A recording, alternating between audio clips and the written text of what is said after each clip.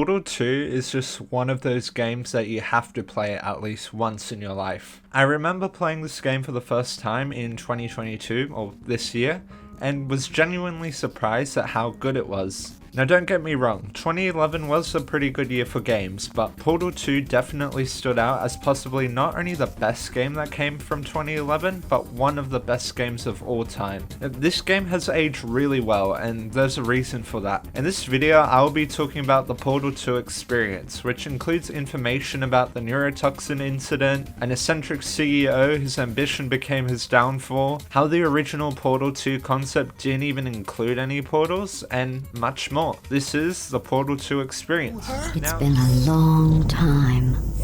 How have you been?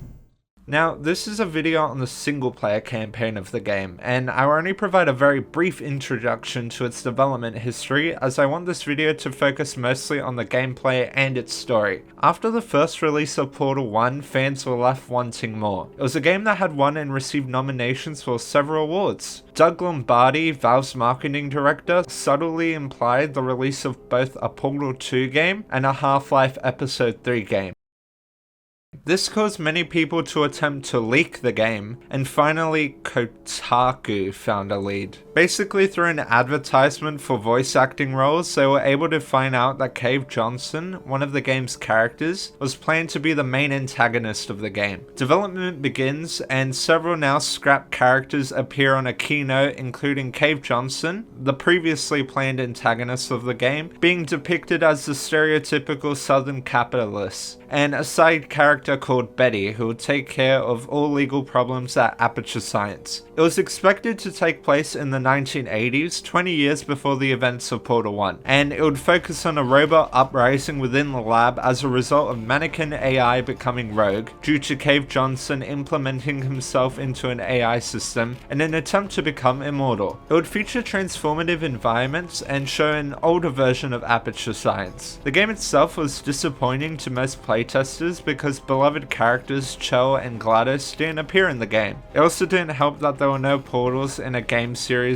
about portals. And so back to the drawing board, everything was reevaluated, although there are some things that were somewhat kept and can still be seen in the main game. Most notably, when you visit the older segment of the facility, you can definitely see some ideas from the first concept still stuck around, such as the old 1980s facility, and the reuse of a mannequin model. Oh yeah, in 2020, Launch House Software actually used the code for the first Portal 2 concept, and it goes into better detail about what Portal 2 could have looked like. Unfortunately, the project has been scrapped, and worse still, the video is unlisted, meaning a lot of people won't ever get to see this concept. Link in the description. So yeah, Portal 2 gets announced and blows everyone away, and everyone is excited. Funnily enough, there were a few skeptics who were a bit wary on how Portal 2 would perform. Surely you couldn't top the first game, right? Good morning. You have been in suspension for 50 days. In compliance with state...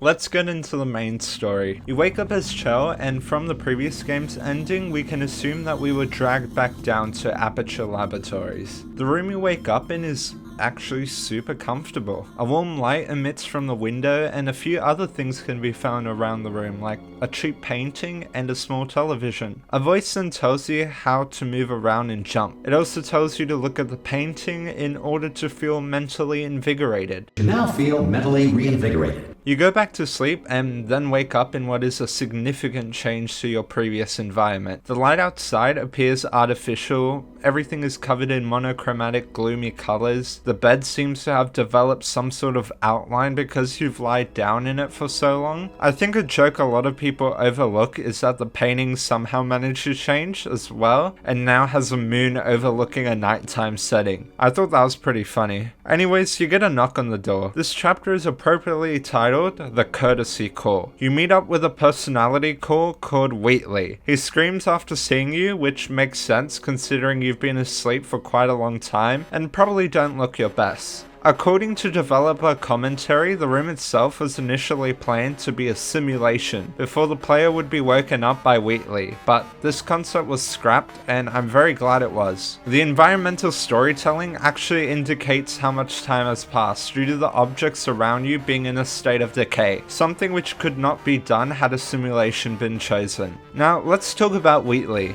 He's by far the best character in the game, at least in my opinion. First of all, his voice actor, Stephen Merchant, is a comedian and writer who has been in some pretty impressive movie roles. Wheatley was also nominated for Best Character at the 2011 Video Game Awards, which just goes to show you how loved he was by the gaming community. I also find it very impressive that Valve animators were able to implement very good emotional expressions on a personality core whose only movement is his eyes. You definitely get the feeling that they really knew what they were doing, since you can easily tell whenever he's nervous, suspicious, scared, or excited from simple eye movements. Oh yeah, he also makes a cameo in TF2, which is kind of weird, since this may imply that Portal 2 and TF2 take place in the same universe. But let's ignore that real quickly and move on to the game. The lab sequence is awesome. Wheatley attempts to go into a docking station and crashes into several objects. He tells you about his plan to escape with your help and how he was put in charge of waking all the test subjects up. Unfortunately, the reserve power ended up failing, causing almost every other test subject to die except for you and a few lucky others. After the events of the first game, he was probably summoned after some time in order to help save you. Regardless of whether you played Portal 1 or not, the story is likely to be a bit confusing for all players and requires you to put the pieces of the game's story together to come to a conclusion. It's also unnerving to think that there was never really a sun coming into the room to begin with. The light above you is actually just artificial, and everything around you is made of metal and other constructive materials. It's almost like the room being destroyed is a representation of the illusion slowly breaking as you come to terms with where you really are. Suddenly you arrive and break the glass beneath you. You enter a very familiar test chamber. You're told by a voice announcer that reserve power is supplied to the facility in the case of a societal collapse or disaster, so that testing may continue for the betterment of the future. You enter some previous test chambers that are also very similar to the first game, and the elevator segments have also changed quite a lot. A cool tube can be seen attached to the elevator which moves objects around the facility. You can also see videos being played on the monitors lining the wall, which gives you further information into what goes on in the laboratory.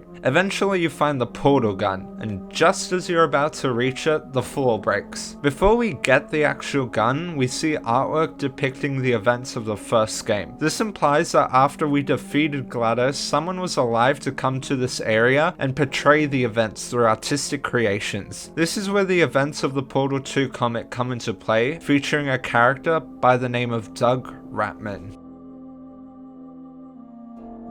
Valve comics are pretty awesome. They give in-depth story into their games and provide more structured and detailed narratives that help restore any missing information. The comic itself features the exact same artwork that can be found in this area on the cover. The comic stars Doug Ratman, a schizophrenic scientist who has been trapped in Aperture Labs for a really long time. He witnesses Chell's attempted escape during the events of the first game, and relies on her to defeat GLaDOS so that he too can escape. Doug then takes his medication, which he's been saving for quite a while, and creates an art piece dedicated to her before leaving. He is also helped by the companion cube along the way, which is revealed to have some sort of sentience. Upon reading Chell's file, something in it seems to have given him hope that she'll be able to defeat GLaDOS. We cut back to a previous memory in which GLaDOS was being created and Aperture Science was still functional. Doug was assigned to work on GLaDOS, and every time she was booted up, she attempted to kill everyone in the lab. Doug's job was to find different ways of preventing GLaDOS from doing this. Doug ends up escaping after Chell defeats GLaDOS. The only problem is he sees Chell being dragged back into the facility, much to his shock. He is determined to help save her, even if this means destroying his chances of freedom. We then cut back to a previous memory in which Doug was working with another scientist in order to develop personality cores, described as inhibition technology. The first core created was the consciousness core, which would be used to ensure that GLaDOS would have some sort of voice to stop her from attempting to kill anyone. Doug points out that the problem with this is that you can always ignore your consciousness. This is important as the idea of consciousness is explored throughout the entire game. The pills Doug took earlier prevents him from getting any help from the companion cube. The implications of this are a bit confusing, but may indicate that schizophrenia is some sort of gateway into understanding the companion cube. He returns to the lab only for him to watch in horror as he sees that Cho has already been put in long-term relaxation. Due to Cho's actions, life support has been compromised for the entire facility, which explains why in Portal 2's events, Wheatley talks about how everyone else is probably dead. After attempting to turn the power on, Doug gets shot by a turret since he no longer has guidance from the companion cube. We cut back to a very important memory in which GLaDOS flooded the enrichment center with a deadly neurotoxin, killing all the scientists, except for a few. This may have been due to a volunteer testing initiative which allowed GLaDOS to bypass her programming in order to use people in her experiment. We see Doug putting Cho at the top of some sort of list whilst avoiding GLaDOS. We then cut back to another memory after Doug wakes up and attempts to grab the companion cube. It's revealed that GLaDOS was able to kill everyone during Bring Your Cat to Work Day. She was able to convince the scientists to allow her to perform an experiment which, according to her, required the use of a deadly neurotoxin. Returning to the present, the companion cube and Doug then have a conversation. The companion cube asks Doug how he was able to come to the conclusion that Cho was the one to save when he was altering the priority list. The cube then goes on to ask if Cho had the highest IQ or if she was the fastest or the most athletic test subject. Doug simply responds that he just had a hunch she was the right person to put an end to GLaDOS. Doug asks Cho to forgive him as he redirects power to her. He has no idea when Cho will wake up next. It could be in 1 year, 10 years, or maybe even 100 years. He then goes inside of a sleep pod to rest, presumably for the last time, dying due to a wound after he was shot by the turret. We then see pieces of paper from his bag flying into the air, and we see that Cho was rejected from testing due to her tenacious nature, and because according to observations, she was someone who just never gave up. This explains why Doug chose to save her. Now, before we continue, I want you to remember the idea of consciousness and the volunteer initiative, as these will become important points later in the game. I'm going to work on the assumption that you're still alive, and I'm just going to wait for you up ahead. Unlike the previous game, you are taught concepts much faster. You're also told that all personality constructs will remain functional in apocalyptic settings by as few as 1.1 volts. This may explain why some of the personality cores and GLaDOS remain. You are also immediately taught how momentum works, which is very different from the first game, which saved momentum to a much later segment. After completing the first few chambers, you meet up with Wheatley. He breaks away from his movement line for the first time, and the scene that plays out is quite funny, especially after he tells you about how he thought detaching himself from the line would actually kill him. You attach him onto a wall plug which allows Wheatley to hack open a door. As you move forward, you then find the remains of GLaDOS lying down lifeless. Wheatley informs you about how a human managed to destroy GLaDOS many years ago. He then recalls how GLaDOS is a maniac. You also get to see the entire area in a brand new light with overgrown plants everywhere. Whilst the first game is about isolation, the second game is about escaping. The surrounding plant environment is a constant reminder of how close you are to the surface. If there's plants, then there's certainly sunlight to help keep the plants alive. The song that plays as you enter the room is titled There She Is, and it's a sad and lonely tune that slowly increases in intensity.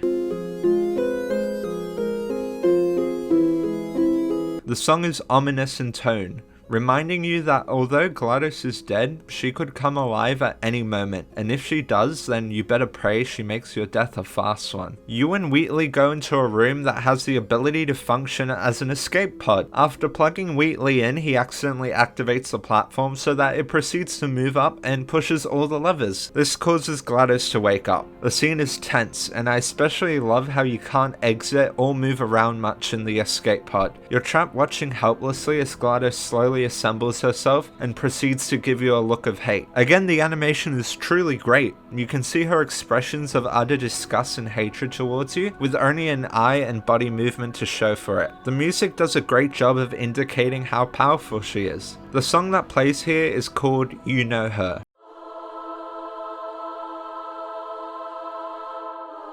And is a powerful sound of increased intensity as she slowly begins assembling herself. GLaDOS then summons 2 claws from the sky, grabbing Wheatley and throwing him away like he's nothing. She doesn't even talk to him but looks directly at you as she speaks. She then proceeds to throw you down into the test chambers, mocking you about how much you must love testing. Since she doesn't have a morality core on her anymore, it can be assumed that she wants to toy with you for a bit before killing you. The song that plays in this area is a continuation of the song You Know Her.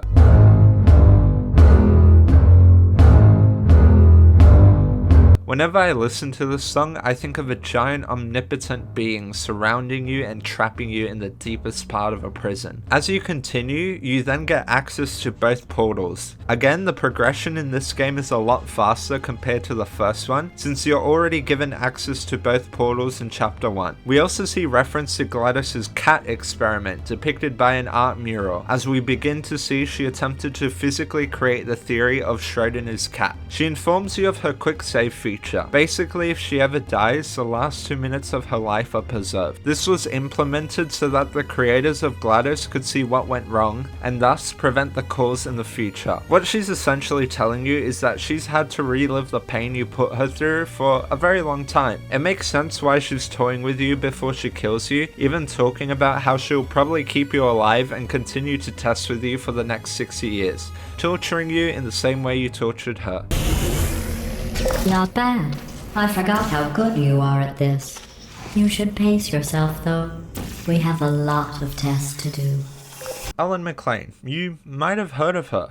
Do you know who I am? I'm the woman who's gonna burn your house down. She's a voice actor for GLaDOS and does a phenomenal job of portraying GLaDOS's hatred towards Chell, and her comedic lines containing endless amounts of sarcasm are full of spiteful personality. She's also the voice actor for the announcer in TF2 and happens to be an opera singer, so definitely a person who's talented in the vocal range department. The first chamber tests basic abilities on deadly lasers. It appears that the pellets from the first game have been removed and replaced with a new laser mechanic. These lasers can traverse through portals and can also activate power supply, which help you progress to the next room. Here you see Wheatley attempting to help save you by figuring out a plan. You then get an entirely new cube, which can help change the direction of where the laser is pointed at. We also get a possible insight into Chell. According to GLaDOS, she's an orphan. It's unknown how GLaDOS found out this information, but it's possible she may have looked at your file. Next chamber involves using 2 lasers. Afterwards, GLaDOS calls you fat. I want to congratulate you on beating the odds and somehow managing to pack on a few pounds. The next segment involves aerial faith plates. The concept is simple. It launches you forward in whatever direction it's facing once you stand on it. I also like how the music is adaptive and changes when you're launched into the air. Those were highly informative. They could not. Good luck.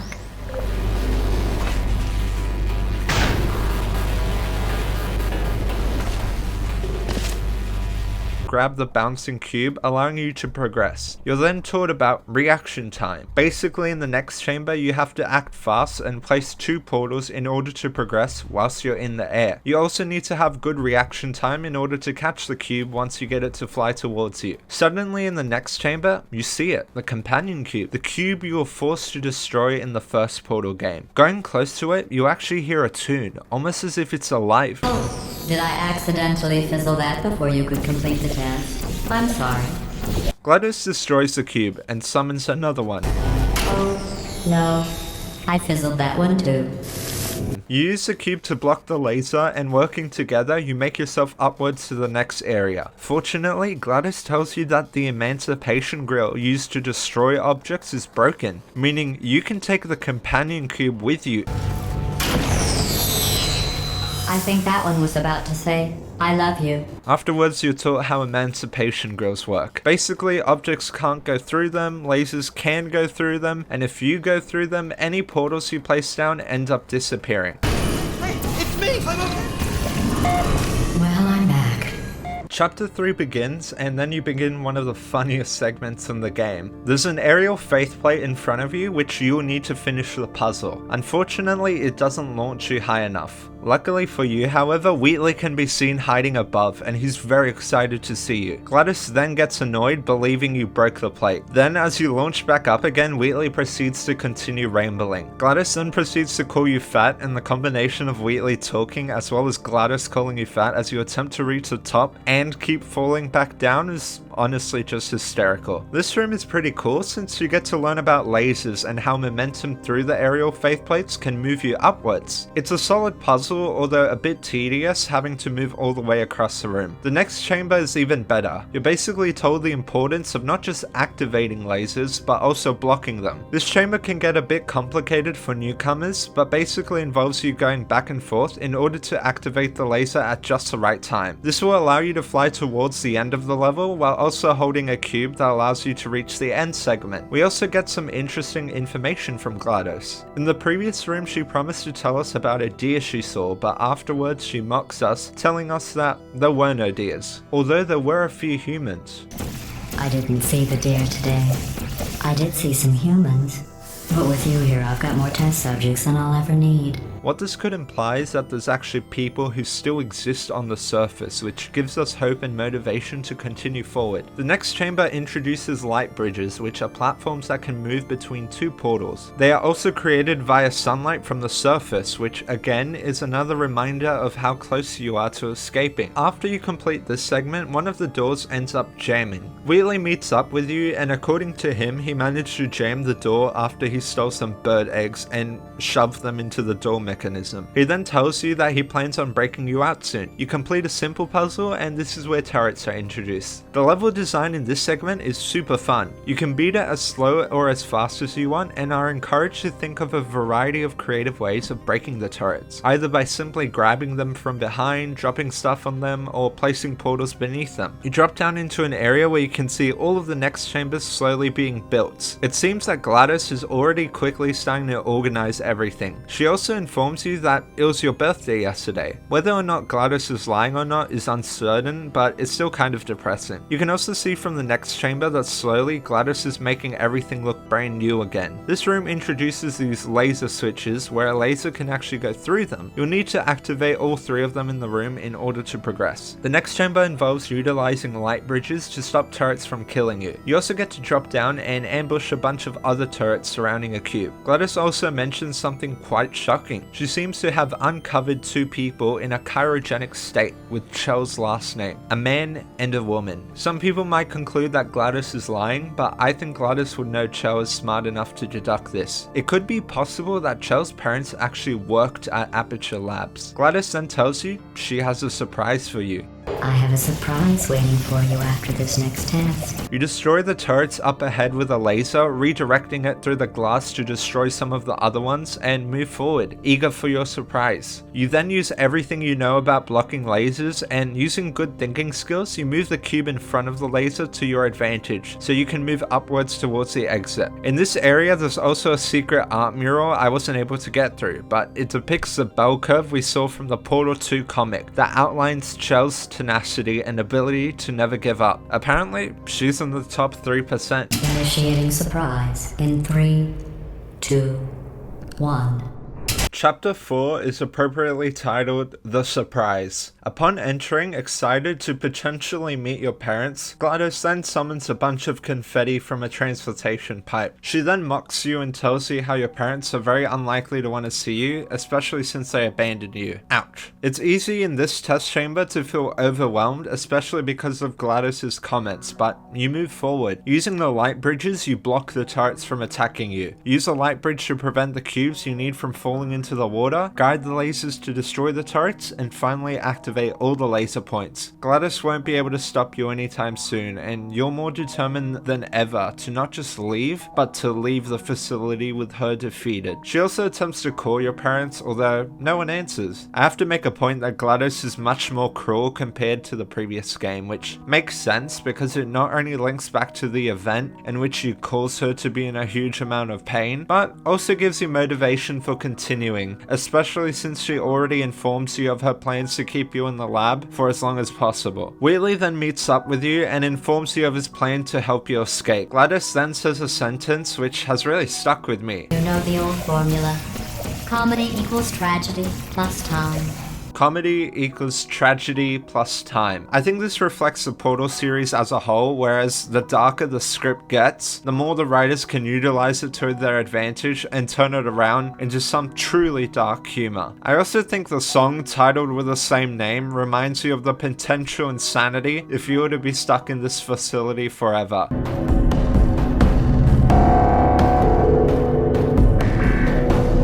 You feel even more trapped during the laser segment as Gladys reminds you that the lab is now completely operational. The walls are a clean white and everything else seems to be in pretty good working order, to the point that even Gladys is impressed with her work. Federal regulations require me to warn you that this next test chamber is looking pretty good.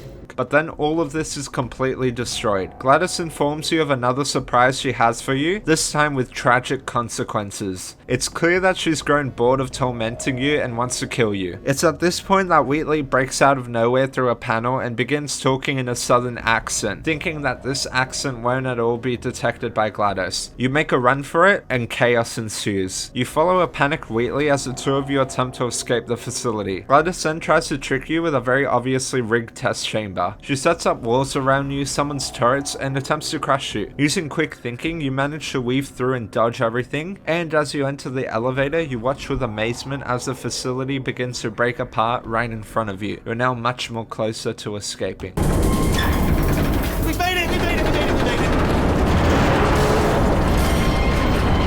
In this segment, Wheatley helps you escape. He guides you via a light attached to him, and the two of you make it across the production line. Wheatley also mentions his frustration about almost being hired to work in the production line, but then being replaced by an exact duplicate of a higher up. We also see his true opinions of test subjects slip when he complains about being given the worst job possible, and in his words, that's attending to the smelly humans. He apologizes really quickly, but if you dig deeper, you can probably come to the realization that he's really just using you in order to free himself from the facility. You then walk past the turret redemption line, which is just a phrase for an incinerator that burns and destroys all faulty turrets. Although you can actually save one of the turrets who thanks you and foreshadows future events of the game. As I continue with the video, I'll mention some of the things it says. The part where you have to sneak past the turret firing test may also feature a lost asset from F-stop. A mannequin can be seen which is used as a target for the turrets. Interesting when you consider the previous enemies of the scrapped game were planned on being mannequins. The next part is actually a really creative plan on stopping GLaDOS. Basically, you disrupt an assembly line by using the model turret and replacing it with a faulty one. That way all future turrets become faulty. I also like how Wheatley treats the entire thing like a prank. If we're lucky, she won't find out all her turrets are crap until it's too late. Classic. Here you walk past several experiments from a Bring Your Daughter to Work Day event. Since the experiments are left here unaffected, we can assume that this was the day GLaDOS decided to kill the scientists with a deadly neurotoxin. Now if you look closely at one of the experiments, you can actually see it's signed by Chell. How does this make sense? It's kind of simple, assuming that there isn't another girl named Chell. Before the events of Portal 1, Chell is probably the daughter of two scientists. This explains why GLaDOS found two scientists in cryogenic states with a last name. My theory is that Cho, as a child, created an experiment as part of Bring Your Daughter to Work Day. She was then allowed to participate in an experiment as part of an initiative, so it's quite possible that Cho was a teenager during this time. She gets rejected due to being too tenacious and is put into a deep sleep for several years, right before the events of Portal 1 begin. And due to Doug Ratman's actions, she's put as the #1 priority for GLaDOS to look after, possibly to resume experiments. That's a lot to digest in what is probably a minor Easter egg that only a few people will find. I also like how the giant potato stem growing out into the roof stands out the most from the rest of the experiments, just like how Chell's file stood out to Doug Ratman. It's a nice bit of depth that adds to her character. You then find the neurotoxin chamber and destroy several pipes connected to it. This will mean GLaDOS will be unable to use it when you encounter her. After breaking all pipes using a laser, the two of you are transported through the facility in in a really impressive scene that shows how big Aperture Labs truly is. You then make your way into a box and get ambushed by GLaDOS, who mocks you for falling into her traps so easily. I think it's in this chapter where the animations truly show. The panels that slowly push you in are almost alive as they slowly inch towards you. Then the big encounter starts as GLaDOS traps you in a box made of glass and dispenses the turrets. Luckily for you, since you replace them with faulty turrets, they end up exploding. You can really see GLaDOS's anger as the broken glass distorts her face. She then summons some pipe in order to release neurotoxin, but since you destroy the chamber containing it, it ends up shooting out Wheatley, who breaks the glass. Because Wheatley is present, the AI in charge of exchanging cores is able to detect him and thus initiate a core transfer. I think you can see where this is going. The AI detects GLaDOS as being corrupt and as such asks both of them if they agree to a core transfer. Wheatley accepts and GLaDOS obviously refuses. Suddenly a stalemate is detected and you're required to be a stalemate associate in order to resolve it. This requires you to push a button that GLaDOS attempts to stop you from pressing, but using a portal you can quickly reach it, thus causing GLaDOS and Wheatley to swap places. You almost feel bad for GLaDOS as she is put into an extreme amount of emotional pain, slowly being dissected, and the sound she emits is just horrible. No! No! No! No! No! After Wheatley gets swapped, you can see his absolute joy at being in control of the entire facility. He messes around for a bit before remembering to take you to the surface. His plan is to launch himself in the elevator with you just as you're going up, but then a sudden shift in music occurs and he realizes he wants to play with the facility just for a bit before he's done. And as the lights slowly become dark and red, you come to the realization he's become power hungry. He brags about doing all the work in order to get this far when GLaDOS stands up for you, arguing with Wheatley that you in fact did all the work and not him. Wheatley is deeply insecure about this, calling you selfish and becoming very suspicious of who you are. Suddenly he transforms GLaDOS into a potato battery before she informs Wheatley of his true purpose. The scientist designed to make GLaDOS behave once attempted to create an intelligence dampening core in order to give her an endless amount of terrible ideas. She then informs Wheatley that it was his voice who spoke to her. She mocks his entire existence about how he was essentially created to be an idiot. She calls him a moron, finally unleashing the final blow to his ego. I am not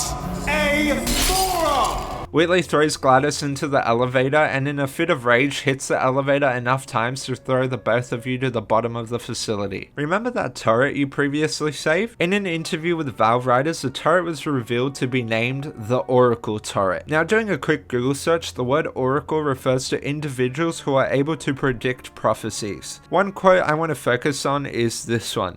Prometheus was punished by the gods for giving the gift of knowledge to man. He was cast into the bowels of the earth and pecked by birds. Prometheus in Greek mythology was a god who, after granting the knowledge of fire to humans, was punished by Zeus by being tied to a pillar and having his liver be constantly pecked by a bird. GLaDOS is Prometheus, who after giving the knowledge that Wheatley was designed to be a moron, is cast out into the bowels of Aperture Science, and later on ends up being pecked by a bird who traps her in a nest. A very clever form of foreshadowing that highlights the Valve team's writing abilities. Hi. So, how are you holding up? Because I'm a potato.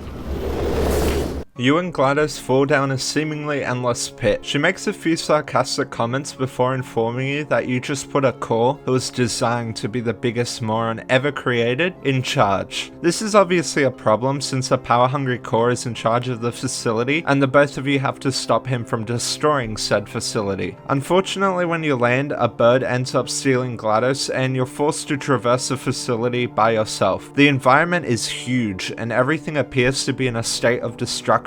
You wonder what this place is supposed to be as you attempt to find difficult to see walls and portal your way through. You complete a short puzzle that requires you to use the portal gun in order to quickly press 2 buttons. Suddenly, you see an enormous vault in front of you open. It appears ominous, and as the lights flicker, as the sirens wail, and as the vault door rises, you see one single door. You enter the facility and looking ahead, you can see an Aperture Laboratory sign drowned into a sea of filthy water. You see some sort of glow globe as well, making the entire thing look like an abandoned amusement park of forgotten dreams. You walk in behind a panel and then you hear it. Cave Johnson's voice welcoming you in, as well as a voice from his assistant Carolyn. Welcome, gentlemen, to Aperture Science.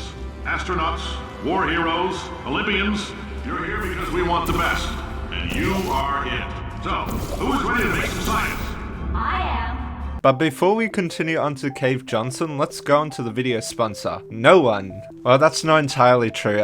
If you made it this far, I would greatly appreciate it if you help support me on Patreon. You can get access to content earlier than anyone else, and you can support me in order to allow me to continue making this content. My Discord server is also completely free to join, so if you can't donate, feel free to join the server and you can get notified for some other fun events going on every week. With that out of the way, let's continue. Discord link in the description.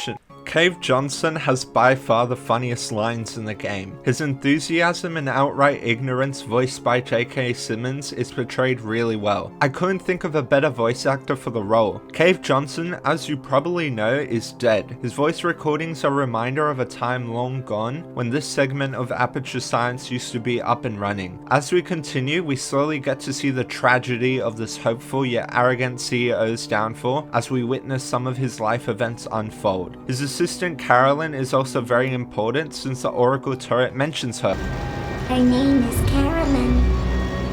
We'll get to that in a bit. Remember the scrap content I was talking about? It appears that the concept artwork of a much older Aperture Science still managed to make it through into the final game, which I think is really cool. The lobby you enter in is rich with history, as you see a picture of a young and enthusiastic Cave Johnson. You also see the history of Aperture Science and how from a small company that created curtains, Cave Johnson was able to start a science company. He then bought a few salt mines using the money from his company, and the rest is history. There's barely any light around you since you're so far underground, and surprisingly the elevator ends up working, taking you upwards. Launching yourself upwards, you turn on a lever that activates blue propulsion gel throughout the entire facility, an action that ends up saving you near the end. In the following test chambers, you see a much older version of the tests you're used to. You also get to use the blue gel for the first time, which allows you to bounce upwards to larger heights. You learn in the next chamber that the higher you are, the higher you bounce when you step onto the blue gel. You also learn that you can bounce on walls, which is pretty exciting. It fills you with curiosity as to how the gel will be used in later puzzles. It becomes progressively more difficult to see where to place the portals. Cave Johnson even admits to liking your way of thinking since you somehow find a place to access everything without the help of anyone to guide you.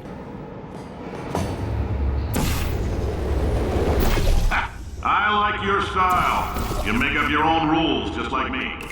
Bean counter said I couldn't. This is interesting since it feels like you aren't meant to be in certain areas. You also learn in this area that you can move the blobs of paint throughout the facility by placing down portals. This chamber involves water mechanics. Basically, the water streaming down will actively prevent you from placing down the gel, so you have to deactivate it via a button. Next, you're taught about gel blobs with varying sizes. The smaller blobs of gel can make a smaller splash but can actually launch further. Using this information, you're able to bounce yourself along the wall and reach the end of the puzzle. There are also moments further up ahead where you really need to think outside the box on how to get to the next chamber. I think this further highlights the point that you aren't supposed to be here. Anyways, remember that chamber where water was a disadvantage for continuing the test? Well, now it's essential. There's a cube in the middle of the room that's trapped within a glass container, so using the blue gel, you cause it to spin around and break out. One problem is you can't actually continue since every time you place a cube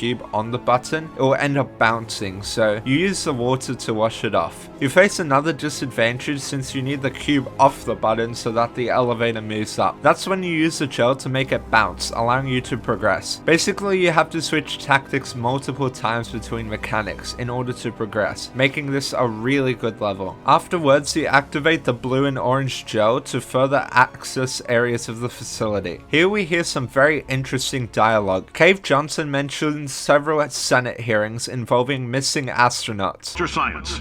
You might know us as a vital participant in the 1968 Senate hearings on missing astronauts. And you've most likely used one of the many products we invented, but that other people have somehow managed to steal from us. Black Mesa can eat my bankrupt... Sir, the testing. Not sure why that's mentioned, but it could imply that Aperture Laboratories use the best of the best in society as test subjects. These test subjects may have ended up dying or went missing, and Aperture Labs had to hide their tracks. We also get a brief mention of Black Mesa, which confirms that the Portal games also takes place in the Half-Life universe. I don't know much about Half-Life, but from this wiki page, it appears that Black Mesa received almost unlimited funding from the government. This contrasts with the slowly failing Aperture Laboratories, which Cave Johnson describes as having gone bankrupt, may highlight why this facility ended up being taken over by GLaDOS in the first place. Perhaps there were not nearly enough scientists due to budget constraints to help control GLaDOS. We also hear about how Black Mesa may have stolen Aperture Laboratories inventions, which makes this downward spiral somewhat saddening. Moving forward, you save Potato GLaDOS, who is being attacked by a bird. After scaring the bird, she makes a deal with you to help put a stop to Wheatley, thus preventing the both of you from being blown up. At this point, you probably feel more trusting towards GLaDOS since she's not only in a smaller and less hostile body, but also because you finally have someone to provide you company in this abyss of loneliness. Where are we? How long have I been out? The chapter opening is supposed to blow you away with a few simple sentence exchanges. One of the compensation vouchers. Yes, sir, Mr. Johnson. Why did I just... Who is that? What the hell is going on here?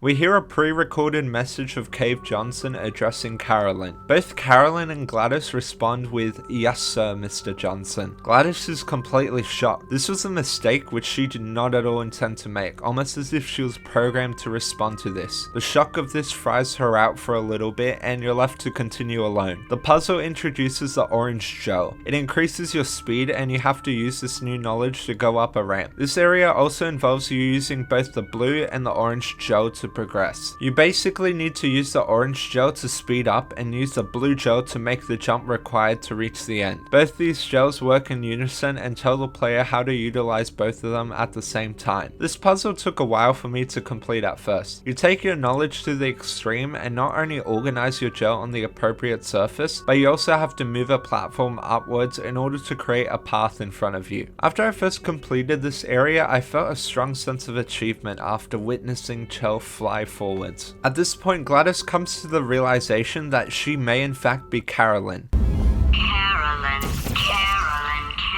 Why do I know this woman? Did I kill her? Or... Oh my god.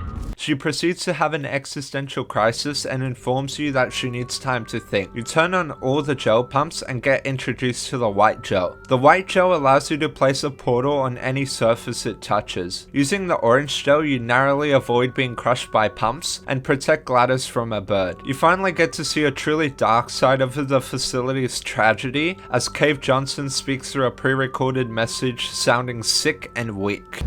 Welcome to the Enrichment Center.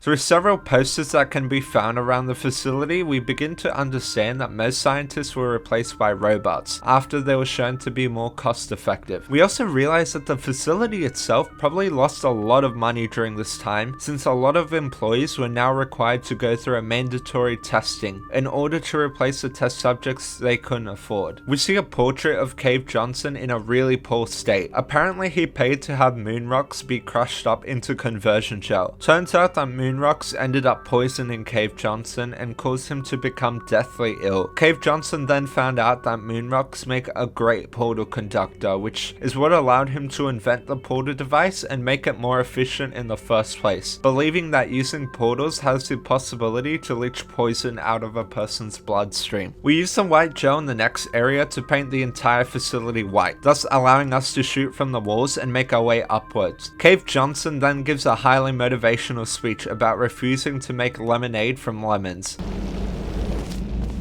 Alright, I've been thinking. When life gives you lemons, don't make lemonade. Make life take the lemons back. Get mad!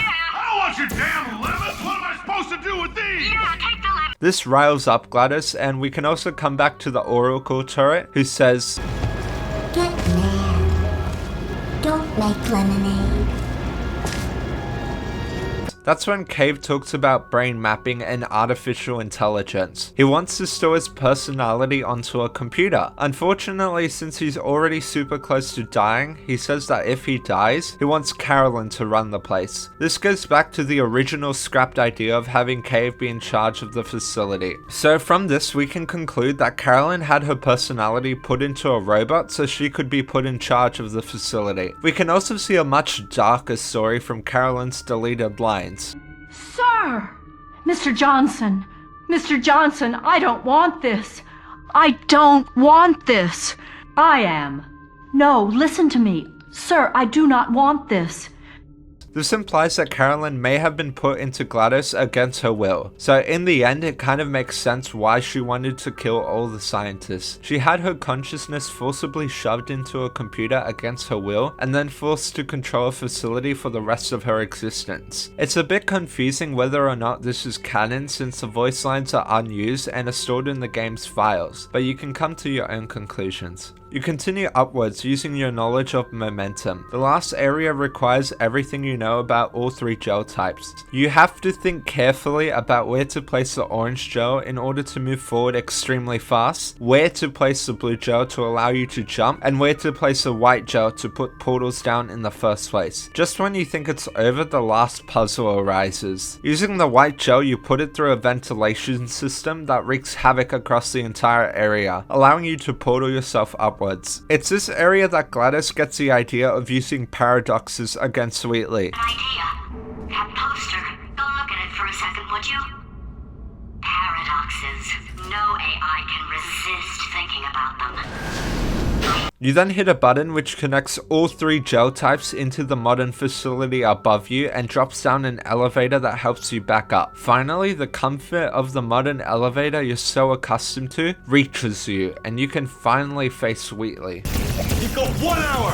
Solve it!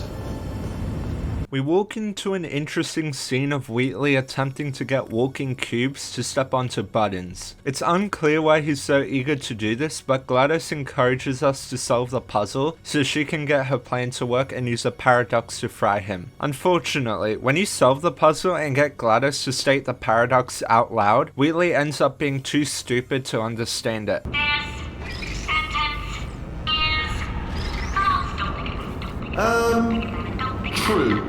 I'll go true. Yeah, that was... Every turret cube around him begins to fry with Wheatley seemingly unaffected, and GLaDOS trying very hard not to think about the paradox so she doesn't end up dying. The facility is about to blow up since Wheatley has no idea how to run the facility. Wheatley talks about an addiction in which he has to test in order to solve an itch that he has. The next chamber is super simple. All you have to do is place a cube on a button. The room looks almost like a child went into a level editor and messed around with it, especially when you look at the writing on the wall that has the word test in big bold letters. You complete the test and Wheatley gets some sort of high from it. He gets you to redo the exact same test in order to get the high again, but this ends up failing. Wheatley gets the idea of using one of GLaDOS's tests. All you have to do in this segment is to get one of the turret cubes to reach a button via the use of an excursion funnel, a new mechanic in the game that moves objects in whatever direction it's facing. The next chamber is an apparent combination of a bunch of smaller tests. You have to be more careful here since you could easily end up falling. Wheatley gets impatient and upon trying to tell you how to solve the test, he gets painfully electrocuted. You complete the puzzle and then GLaDOS pranks him by getting him to tell you the test solution. GLaDOS then realizes he's probably going to run out of tests, which will hopefully mean he gives up on testing entirely. Unfortunately, Wheatley finds hundreds of stockpiled tests and ends up combining two, causing massive destruction to occur. The tests were never really supposed to be fused like this, and you can definitely tell with the increasingly difficult solutions you have to come up with. Unfortunately, Wheatley is disappointed by the surge he gets after the solution is found. GLaDOS then starts to worry as Wheatley is becoming increasingly resistant to the euphoria he gets from each completed test. GLaDOS calls Wheatley a moron, much to her regret. You moron. She's not fat. I am not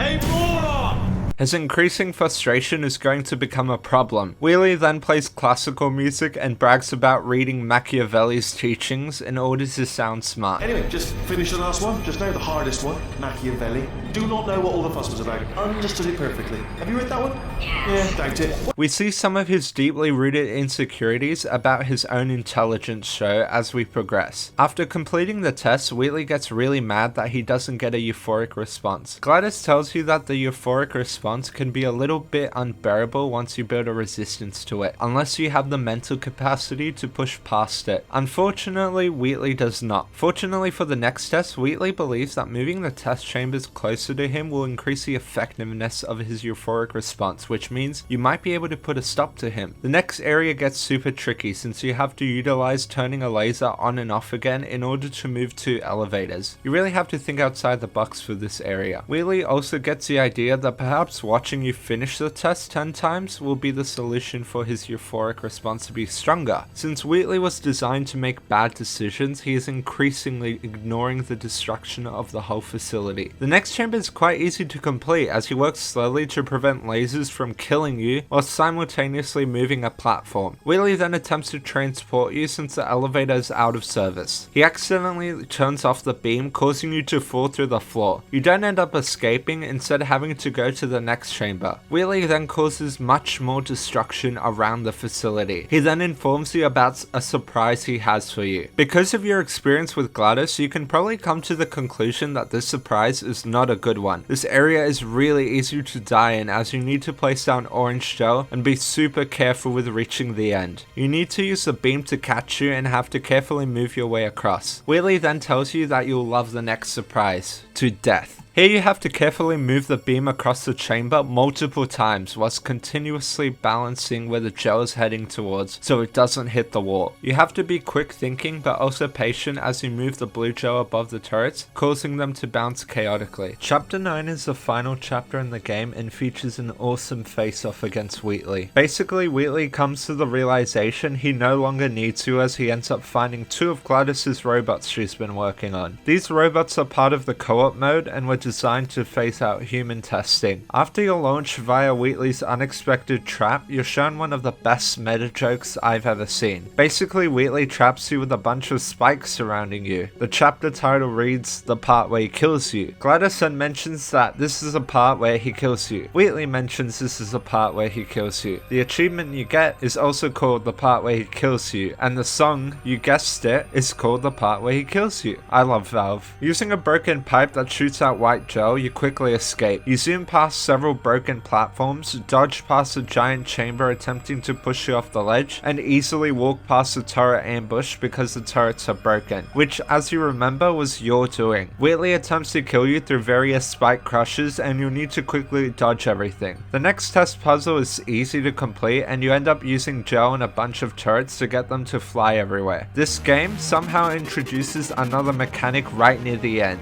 bombs. Basically, bombs can be used to break stuff and allow you to progress further. Wheatley tries to kill you again, but you use the bombs to cause orange gel to spill out, thus allowing you to escape. You can hear Gladys's horror as the place is slowly destroyed. Oh my god. What has he done to this place?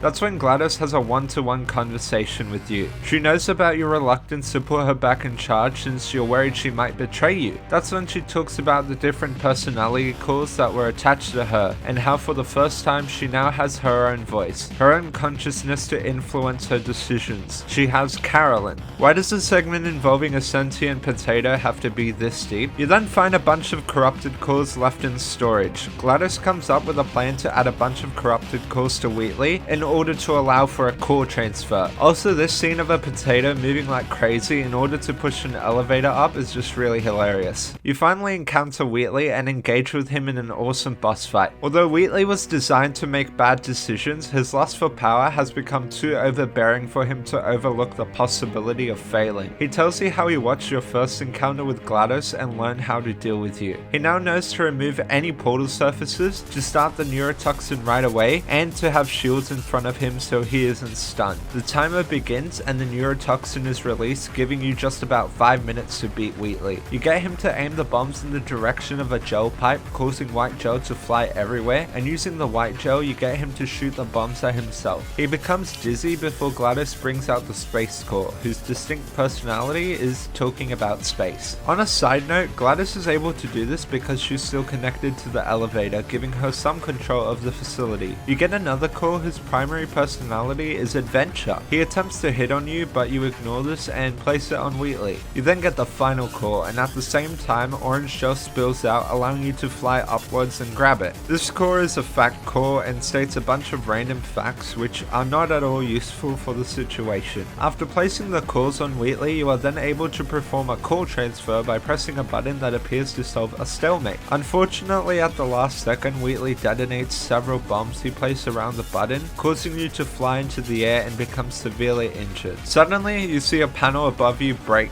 revealing the moon. Remember that scene where Cave Johnson was talking about how moon rocks were a good portal conductor? That's right, you place a portal on the moon. Chaos ensues as the both of you are sucked out into space. You grab onto Wheatley in order to prevent yourself from being flung into nothingness. The Space Corps is also very excited at being given the opportunity to fly into space. Wheatley tells you to let go and that he can fix the mess he's caused to the facility. Gladys knocks Wheatley away, saying she already fixed the mess and that Wheatley is not coming back. She grabs you and pulls you back in before the portal closes. You then lose consciousness as you see her head being put back into place. Waking up, you see the two robots that are to be used in the co-op missions and meet Gladys finally back into her old body. She sounds much more enthusiastic in her tone of voice than she did previously. She says a speech about how Carolyn helped her realize that instead of you being her enemy, you were actually her closest friend. That's when she decides to delete the memory of Carolyn forever. She talks about how killing you is extremely hard and how it would be far easier to just let you go from the facility so you don't have to come back and bother her. As the screen becomes obstructed by walls, you hear her laugh one last time, telling you not to come back. Suddenly you're ambushed by turrets. These turrets, however, don't shoot at you, instead performing a harmonious song. Moving upwards, you find many more turrets in a giant room. This is Gladys's last performance, her last present to gift you as she thanks you for returning the facility to normal. And it's honestly a bitter ending. The lyrics themselves tell a short story about Gladys's sadness at having to force you to leave, referring to Cho as her child. Once you make it to the surface, you're introduced to a beautiful open landscape that is much different from the empty metal chambers you're so used to. Gladys then gives you the companion cube from the first game, albeit slightly burnt from when you threw it down a pit of fire, but still intact. Wow, that has to be one of the most amazing endings from a video game I've ever seen. I think it's a nice portrayal of two friends who have become completely incompatible with each other, but in the end decide to respectively go on their own journeys, with Gladys continuing to test in the facility and Chell finally being able to see the world, or what's left of it at least. The ending song is very interesting since it constantly mentions you. One lyric in particular is the lyric that says, "When I delete you, maybe I'll stop feeling so bad." The part that says "maybe I'll stop feeling so bad" has been redacted. The truth is, if Gladys deleted you, she would feel bad. She would feel terrible actually, due to the strong bond you both developed together throughout the events of the game. I also think that she didn't actually delete Carolyn's consciousness, just her memory that they're both related, because at the end of the day, a personality core can't function with its personality deleted. And with that, the Portal series comes to an end. Oh yeah, some interesting speculation is that the Portal games are both connected to the TF2 universe and the Half-Life universe. It's quite possible that since TF2 takes place in the late 1960s, Aperture Science somehow had connections with Manco. Due to mentions of Black Mesa, we know the game takes place in the Half-Life universe, but it's also quite possible that Chell slept through the events of Half-Life when she was in a coma state. Whether or not the future you're in is a good one or a bad one is left completely undecided, but I guess we should let Chell rest with a trusty companion cube by her side, free to roam the world and eat cake. Hopefully. Thank you for watching the video, and don't forget to like and subscribe. Bye bye. I'm in space. The end.